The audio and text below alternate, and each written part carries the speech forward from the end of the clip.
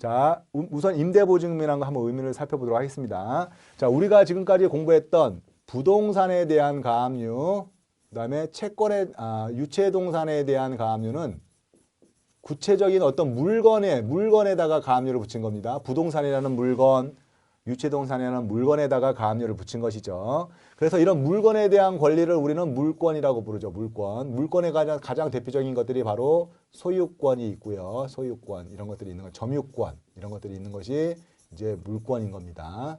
자, 그런데 이런 물건에 대한 권리가 아니라 사람에 대한 권리를 우리는 채권이라고 부르고요. 이러한 채권은 사람과 사람 사이에 계약이 성립됐을 때 채권이 발생합니다. 자, 그러면 A라는 건물을 가진 건물주가 있습니다. 건물주예요. 건물주. 용어를 바꿔보도록 하겠습니다. 사안의 성격상. 자, A라고 하는 이제 사람이 있고요. B라고 하는 건물주가 있습니다. 죄송합니다. A라고 하는 그 사람이 있고요. C라고 하는 건물주가 있습니다. C라고 하는 건물주. B입니다. B라고 하는 사람이 있고 C라고 하는 건물주가 있는데, 자, 이 둘 사이에 이 물건 1층에 대해서 부동산 임대 계약을 체결합니다. 이거를 임대차 계약이라고 하죠. 자, 그러면 C는 건물주로서 소유자고요. B는 이 물건을 사용하는 임차인이 되는 겁니다. 임차인. 그러면 B는 C한테 뭐를 주느냐? 보증금을 주게 되고요. 임대차 계약의 요소죠. 그 다음에 뭐 임대료가 발생하면 임대료 지급을 약정하고요. 그러면 C는 B한테 건물 사용을 허락하는 겁니다. 사용을 허락한다. 다시 말하면 건물을 인도해 주는 거죠. 이렇게 해서 B와 C 사이에는 임대차 계약이 체결되는 거죠. 자, 그래서 당사자 사이에 임대차 계약이 체결되고요. 이런 것은 이제 채권적 전세라. 이게 만약에 주택이라고 하면 채권적 전세라고도 부를 수 있는 겁니다.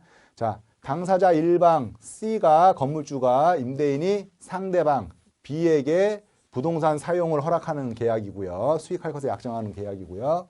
그 다음에 상대방 B는 임차인이죠. B는 이에 대해서 임대인 C에게 보증금을 지급할 것을 약정함으로써 성립하는 계약인 겁니다.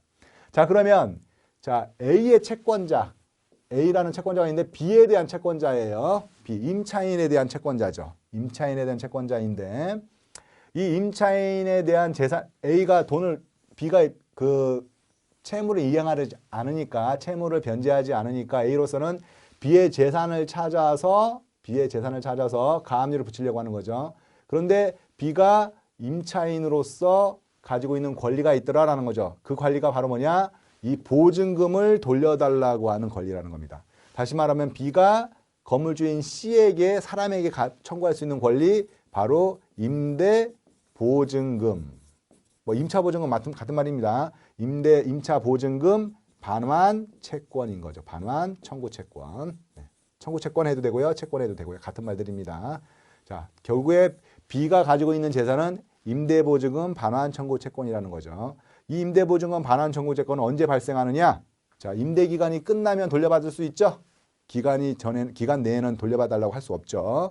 그 다음에 법정 사유로 계약이 해지되거나 또는 또는 계약에 따른 합의 해제가 되는 경우에는 B는 C에게 임대보증금을 돌려달라고 청구할 수 있는 것입니다. 이 임차보증금을 가압류하려고 하는 것이죠. 자, 다시 한번 읽어보면 임차인은 임대인으로부터 보증금을 반환받을 수 있는 권리, 그러니까 보증금 반환 채권이죠. 임대보증금 반환 채권을 가지고 있다는 것. 이것이 재산이고요. 이것이 바로 돈은 아니지만 돈과 직결되어 있는 재산적 권리인 겁니다. 재산적 권리.